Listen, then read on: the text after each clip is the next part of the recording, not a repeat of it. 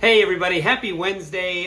Thank you for being here. Full disclosure, I made that little behind the scenes video yesterday. Everybody liked it. So here's full disclosure. I went and changed out of a black t-shirt and into something with a collar because I thought you would start to worry that I only wore black t-shirts, which is accurate, but you know, I'm trying to look like a professional here. Okay, good conversation. I really appreciate it. Great conversation about being in the moment, being present. A lot of us have identified our phones as a big culprit in our lives. Our phones are our distractions. We're constantly, whether we're checking social media or we're sending texts, or somebody described himself as an information and news junkie. They're not on social media, but they're constantly reading news.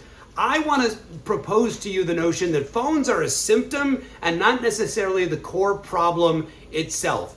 Our brains love to be stimulated. We fear missing out. We like to feel connected. And these things all can happen through that little tiny device that you carry around and you keep in your pocket. So I would suggest to you that the phone, while it is the most obvious manifestation of this not being present, not necessarily the problem, but more of a symptom of how we project ourselves outside of ourselves and worry about the future and think about what's happening and what other people are doing.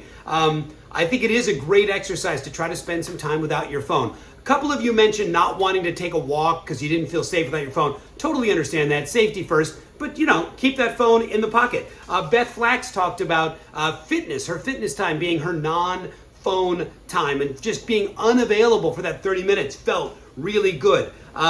Shannon Davis, I like this. Shannon talked about another strategy for landing a little bit, landing in your body. And she said, try describing your senses. What are you seeing? What are you feeling? What are you smelling? What are you hearing? Like, describing your senses will really force you to be self-focused and present in the moment, because you're literally naming things that are happening right now. I have something similar I do. I do a little body inventory. If I'm in bed, lying in bed, and I'm having trouble sleeping, I'll do a body inventory. I'll close my eyes and I will literally visualize every part of my body and think through every part of my body, from my fingernails to my fingers to my hands, elbows, shins, knees, eyebrows. And it just forces me not to think about anything but me and that exact moment. To me, that's a super valuable exercise. Dayanise Cologne. Okay, here's what I want to talk about. I want to talk about the two things can be true. Dayanise Cologne talked about buying a new house, and the minute that she and her husband closed on that house, she started making to-do lists and thinking about the next long-term goal and the next project. And we all do that. I mean, I'm a big list maker. I am always thinking about potential problems and what can I do and strategizing. And I think that's a really valuable life skill. But this is the two things can be true.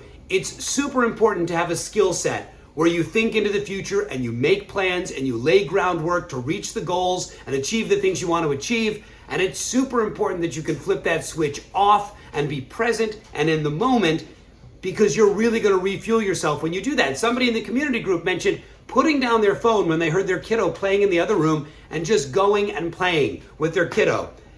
Every one of us who's a parent knows how eventually exhausting it is to play with the kiddos all the time, but those are moments we can't get back. Those are moments where you really want to do what you can to be present. I want to call out one other manifestation of our inability to be present, and that is frustrations and impatience. I find that impatience, if I'm in the car or on the subway and I'm being impatient, or if I'm at the grocery store and I'm sick of standing in line, it's probably because I'm not present in the moment, right? I've got to get home, I've got to unload the groceries, I've got to make dinner, I'm thinking about everything but where I am now. I have a bit of a mantra for myself. I literally will close my eyes and I will picture a sign that says, be here now.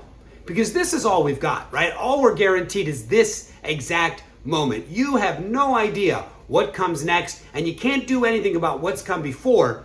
So putting some focus on your ability to be in the moment and to be present in the moments of your life is really a worthwhile endeavor. But again, two things can be true. No one is suggesting you should give up your ability to look forward and to plan and to strategize and to lay groundwork and to achieve amazing things because you set yourself up for success, but don't do it at the expense of your ability to flip off that switch and be in the moment. Keep this great conversation going. I'm really enjoying it. New workouts on the playlist up there, a donation link surely floating around somewhere. Have a great day. Keep talking. and I'll catch up with you tomorrow.